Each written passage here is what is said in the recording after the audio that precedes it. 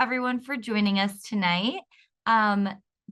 We are hosting our second Climate Live session of the 2024-2025 academic year. These Climate Live sessions are for students, educators, and the public. It's a video series brought to you by the Columbia Climate School, and my name is Laurel Zaimashihi. I'm the Assistant Director of K12 and Continuing Education at the Columbia Climate School. So for those of you that are unfamiliar with our school or are joining us for Climate Live for the first time, the Climate School was founded in July 2020. It's Columbia University's first new school in 25 years, and it's dedicated to advancing transdisciplinary climate research. As a hub for innovative climate solutions, the Climate School brings together experts from across fields to address the most pressing climate challenges of our time. The Climate School is committed to shaping the future leaders to drive climate solutions forward in every sector by offering educational programs for degree-seeking students, high school students, teachers, professional learners, and the public. By equipping change makers with knowledge and skills, the Climate School empowers essential stakeholders for the fight for a just and prosperous society on a healthy planet. What we're hoping to do with these Climate Live sessions is to introduce you all to the interdisciplinary work through our scientific experts and students. These monthly sessions run throughout the academic 2024-2025 year from November through June. Each session focuses on a certain topic and will be directed toward a particular age range. This year, we have a special series called Young Leaders in Action, which focuses on the actions and successes of young people that are leading the way in climate action and driving change in their community. So if you'd like to learn more about future sessions or past sessions, you can go to our website, which I'll put in the chat in just a moment, and you can check out our past sessions from years past even by going to our Climate School YouTube. And I'll also put that link in the chat. But if you have any questions about this video series or any of the other programming that we offer, always feel free to reach out to me. You can reach me at learn@climate.columbia.edu. All right, so tonight's session is one of the Young Leaders in Action sessions, a part of the series. It's called Coral Research to Advance Reef Restoration. So tonight's session is led by a young leader in climate action and marine science, Dana Wong. Dana is a 2023 Columbia Climate School pre-college program alum who founded a marine science club at her school to engage peers in ocean conservation and environmental stewardship. She also shares insights from her coral research, which focuses on innovative recruitment methods that can enhance coral restoration efforts and protect marine ecosystems. So before I hand it off to Dana, I do want to share that our chat is disabled for our participants, but you're able to ask questions through the Q&A button. So at any moment, if a question pops into your head, go ahead and put it in the Q&A, and we will ensure that we have time at the end to answer all of your questions. But without further ado, I'm going to pass it over to Dana. Hi everyone, my name is Dana, and I'm gonna start by sharing my screen. Okay. Okay. Okay.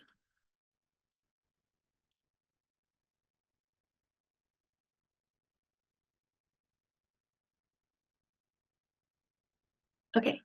So, hi everyone. Welcome and thank you for coming to the Young Leaders in Action Coral Research to Advance Reef Restoration. My name is Dana.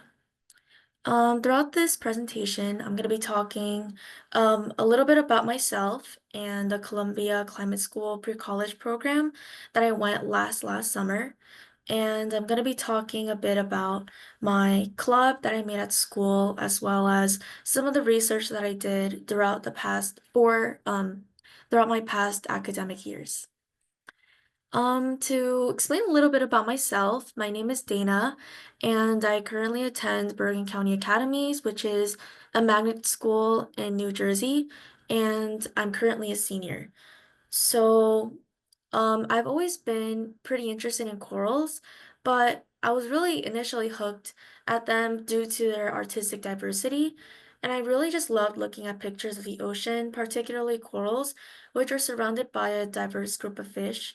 And I made a lot of art pieces that talk about environmental issues, so I think that's kind of where my initial interest of corals kind of started, just looking at how beautiful and how um, very like detailed these corals looked. I started my coral research at around the beginning of 10th grade, and I formed my club during around the beginning of my junior year. So I'm going to be starting off by showing some of my artworks that I made relating to various environmental issues. So this is my first one.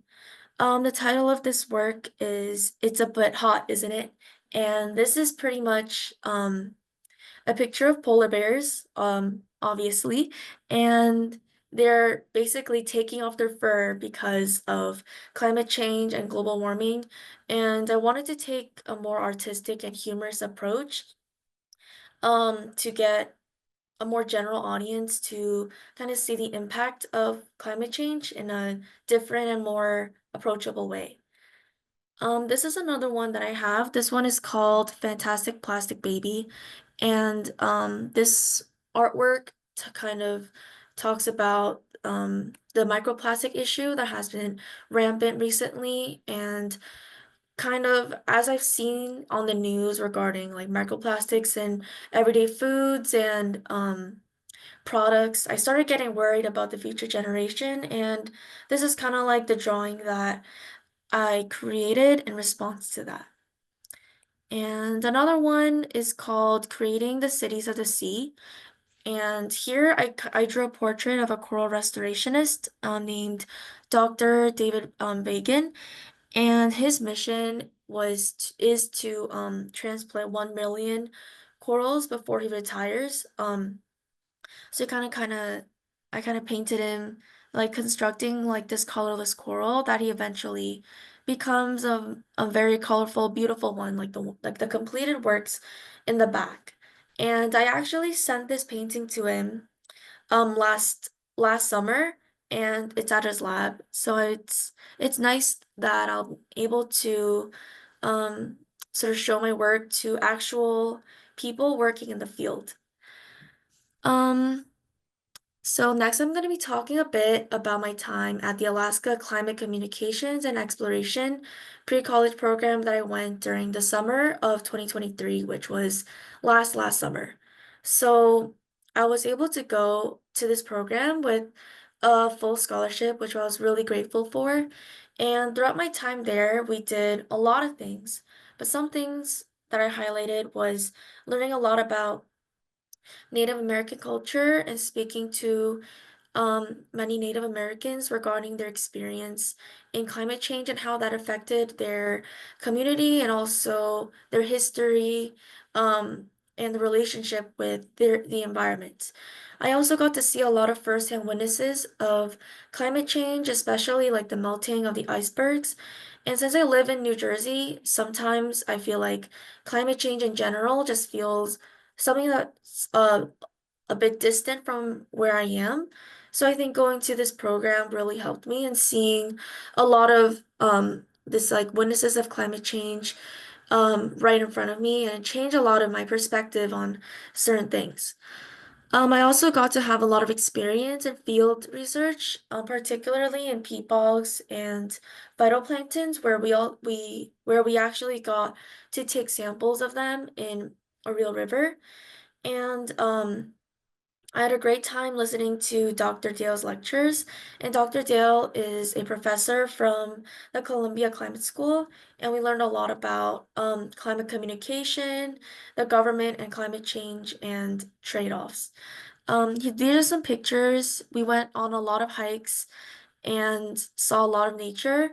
So if any of you guys are high schoolers interested in climate change or learning about the environment, I would highly recommend this program as I think it really opened my eyes to some things that I never would have seen or heard firsthand.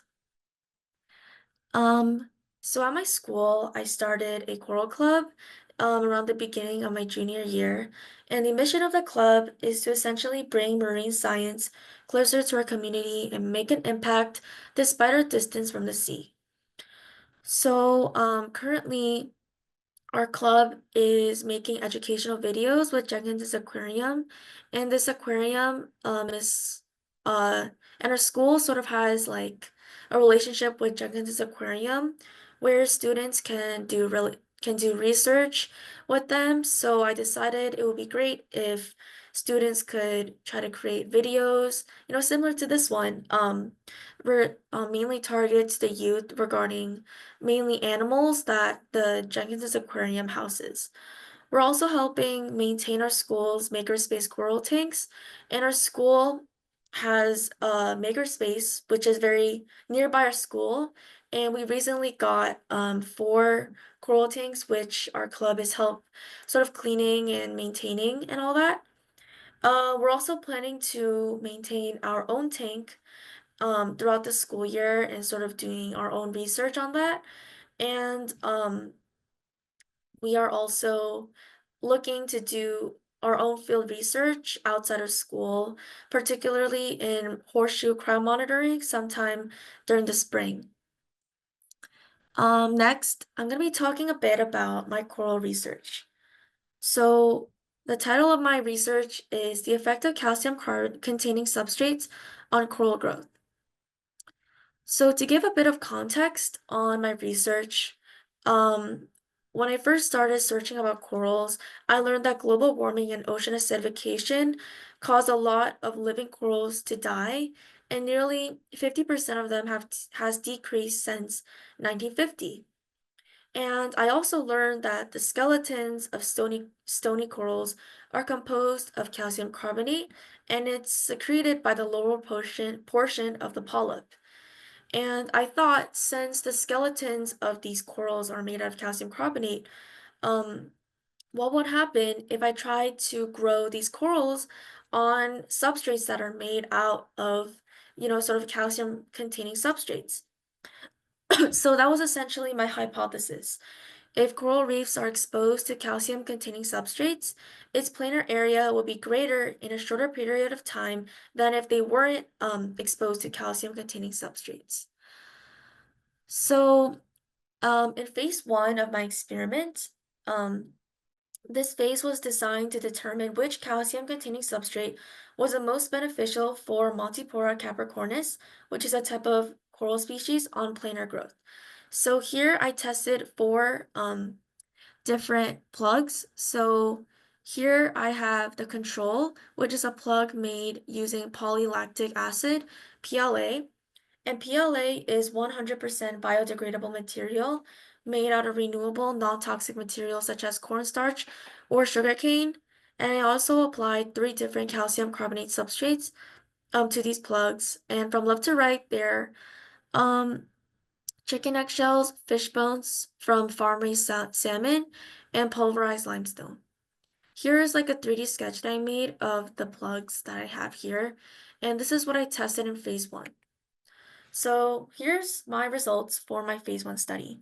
From week 1 to week 12, you can see that there isn't much of a difference of the planar growth. And I think this is because the corals were still going through a transitional period as they were still getting used to like the new surface during that time. And in week 27, you can start to see that the growth of the coral fragment on the fishbone substrate start to increase dramatically compared to the other substrates. And by week 52, I noticed that the fishbones showed the greatest increase in planar area, which is normalized to time zero, which just means that all of each data point was divided by its initial um, area, just so that the range was closer to each other. Here, is a bar graph of all the percent changes, and the red one shows the fishbone, and as you can see, it's the one that grew the most by nearly 1,500%. And I try to think why the fishbone grew more, and I did a couple of TEM tests, electron microscope tests, to see the chemical composition of each of these substrates. And I noticed that the fish bones were made out of calcium phosphate, the chickens were made out of calcium carbonate, and the limestones were made out of calcium and magnesium carbonate. And I figured that the chemical composition was one of the main reasons as to why the fish bones performed the best. And phosphate is a very crucial chemical that is necessary for corals and is often released in the ocean through fish waste. So I think partially that is a possible reason why the fish bones showed the best results during phase one. So in phase two of my experiment, I decided to get a new batch of corals, and this time I focused specifically on 4 fishbone substrate plugs and 4 PLA controls. But contrary to my hypothesis, which was that the fishbones will grow better compared to the control actually grew more. And you can see here in these graphs, the blue graphs represent the control and the red ones represent the fishbones. The control performed a lot better than than the fishbones, which then I asked again why. And I think a possible explanation for this is the difference in the preparation methods that I did.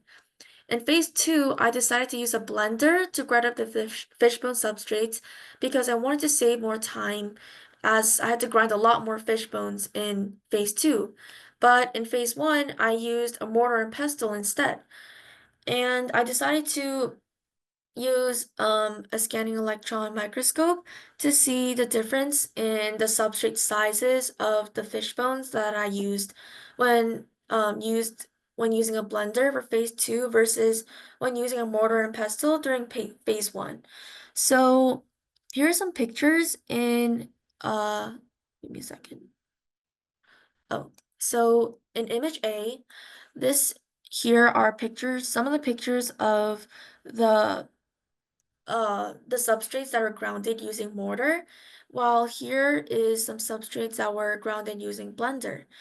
And the ones that were grounded using the mortar seem to show a lot more diversity in their shapes. You see there's one here that's 1.414 millimeters, and one here that's nearly like 1/3 the size of 0.488 millimeters. In the blender substrate sizes, they seem to be more relatively similar to each other. Here we have like 493 micrometers, 782 micrometers, and so on. Um, Here in image C and D, I zoomed into each of these substrates to um, see like their texture and the differences in whether they had a large difference in texture. And in C, although it's kind of hard to see in these pictures, you can see that there's a lot of bumps and roughness in this in image C, which is the fishbone that I grounded using a mortar, versus D, you can see these much softer ridges, which I blended using a blender. So I made a conclusion that not only substrate composition, which was what I figured out when testing fishbone versus limestone versus eggshell, but also the topography of the specific substrate sizes and the texture can make a big impact on these corals. So in phase three, I decided to transplant both phase one corals and the phase two corals. For the phase one corals, which were the control fishbone, eggshells, and polarized limestone, I transplanted these to bigger plugs, but instead they were all made out of PLA controls.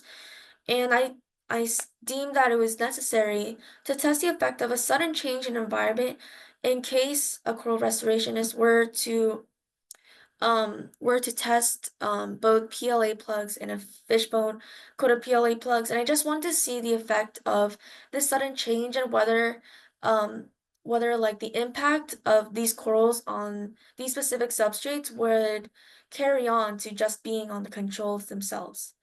For the phase two controls, which is where I compared 4 controls versus 4 fishbone blender corals, I moved them to 4 bigger controls as well as um 4 plugs that with the fishbone, but this time I changed the substrate method to mortar and pestle to see whether the this would have an effect on their growth. So these were the phase three results, and the blue graphs here are the changes that I made to phase one, which happened from week 45 to week 52.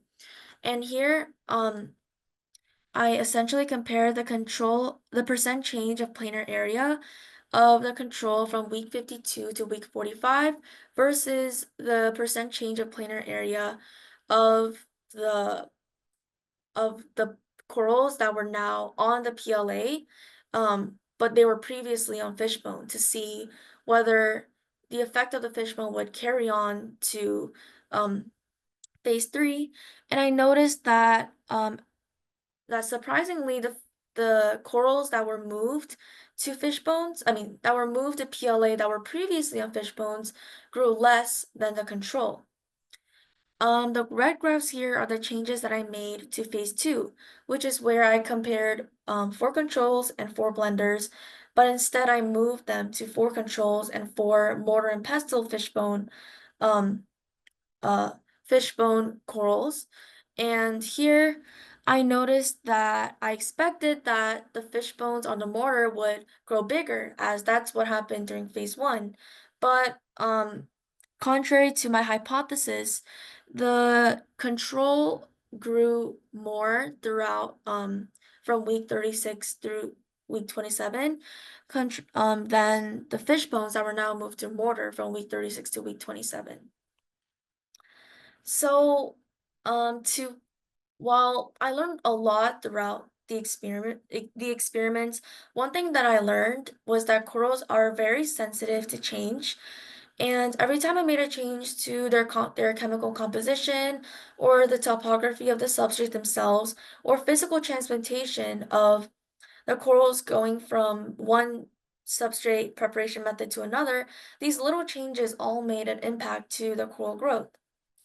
And if I were to make a recommendation for future coral restorationists, I would say that it would be best to stick with um, fish bone that is prepared through a mortar and pestle. Sorry, I miswrote here.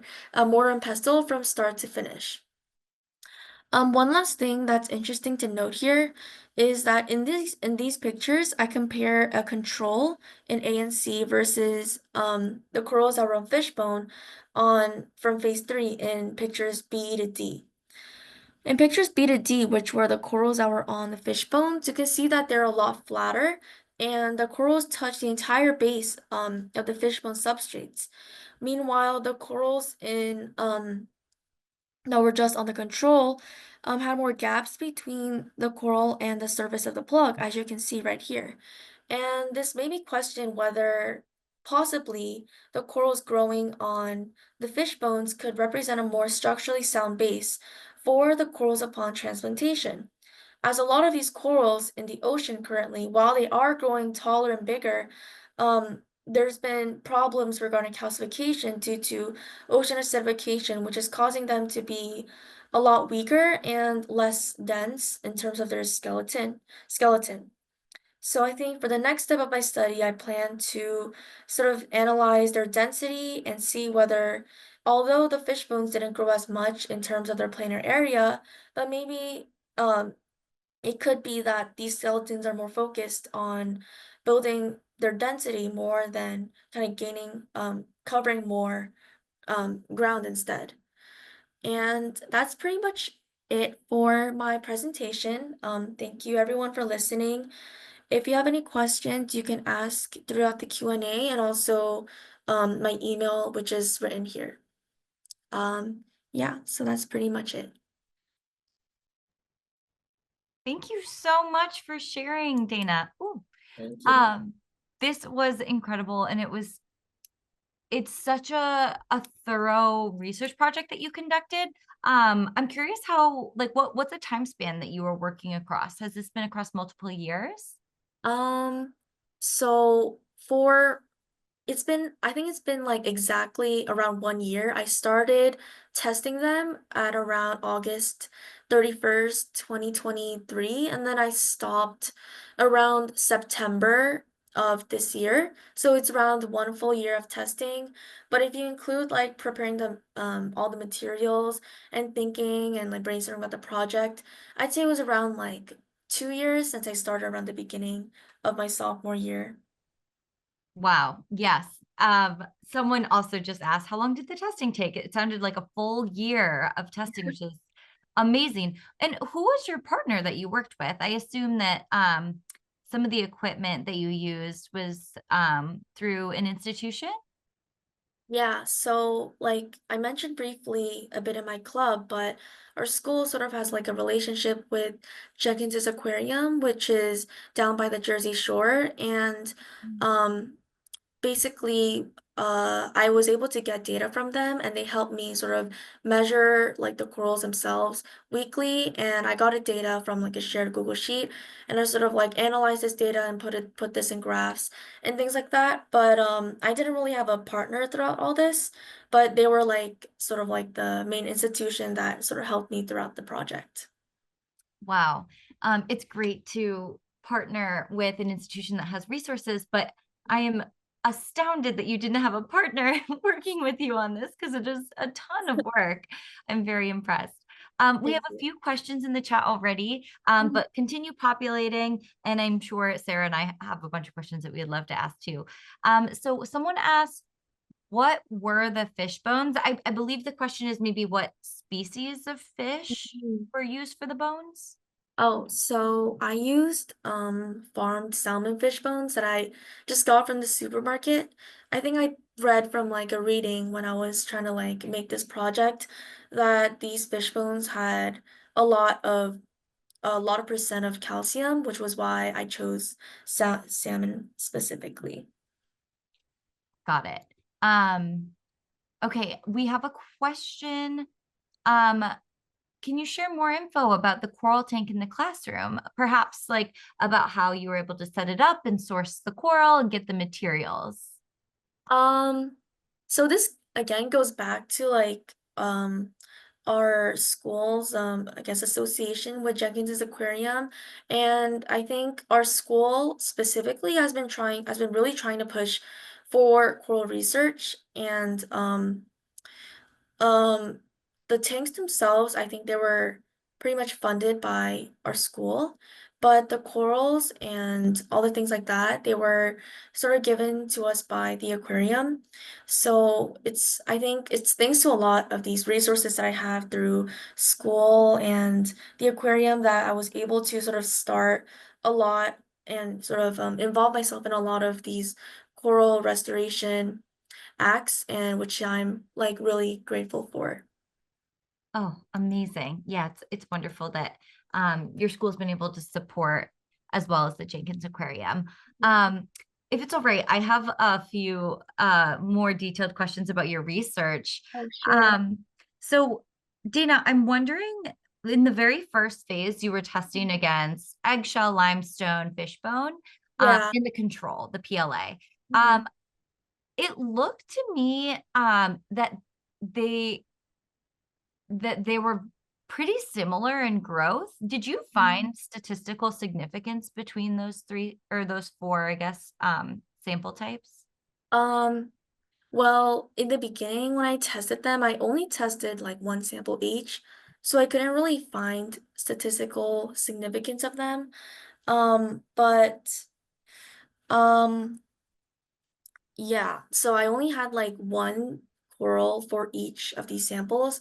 And Mm. at the end, I noticed just based off of percent change that the corals on the fish bones, they had like a smallest starting percent, like a smallest percent, smallest area, but then eventually by week 52, it had like the biggest. But I wasn't able to find statistical significance because I didn't have duplicates of it. Okay, got it.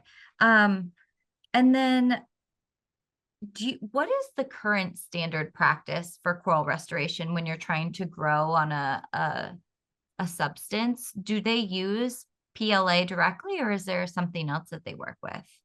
I think there's been like um I think they usually use like ceramics or I do seen like some cases where they do use PLA, but I think as of now ceramics and concrete are like more common. Okay. It would also just in the future be interesting to see how these different types compare against, the standard that's being used today. Yeah. Yeah, just to see if there's differences. And I know last time we talked about how, Mhm. while the substance can certainly impact the growth, Mhm. and this is a conclusion that you certainly came to, I think, after phase 2, the Mhm. topography or just the type can certainly impact Yeah. the ability for a coral to grow. Mhm. We had talked about how they don't like to grow in sand, and so, Yeah. like, having it ground up might be difficult for them, but, Mhm. I wonder also if there was, like, a chunk of limestone or, like, Mm. a giant fish bone, how they might grow on something that's more smooth and kind of Yeah. organic. Yeah, that's pretty interesting. It would be interesting to see like what would happen if I did do that. I think Mm, based when I looked at some of the microscope images, like the TM images, I think I noticed that the corals which prefer the mortal and pestle, um, I think they did like it when the subjects were a bit bigger or mhm. and kind of like difference in sizes. So maybe yeah, it would be interesting to see what would happen if I kind of tested on one big like thing. Just future studies for you Yeah. in your marine science career. Mhm. And Sarah also had a question. She was wondering, how do you use some of your artistic skills and talents as it Mhm. relates to your choral club or your marine science club in school? Or do you incorporate those two pieces of your Not yet, but it would be great if I could somehow find a way to put these two together. I think, well, like the video project that we're starting at school kind of implements some of these skills, but not so much of like the actual painting stuff that I've done in the past. Okay. I feel like we were talking about this earlier as well. Your art, it evokes so much emotion and it really connects people to some of these challenges or some of these current, you know, projects in the marine science world. And so it would be amazing to, really share that more broadly. And so hopefully this is one effort to do that and also the video you're creating. So I look forward to seeing that as well. Yeah, thank you so much. I don't think we have any other questions, and it is 4:30. So thank you so much, Dana. This has been so fun. I've loved hearing about your experiences and your work and your research, and I hope this has been inspirational for other high schoolers to follow in your footsteps. Thank you so much for having me.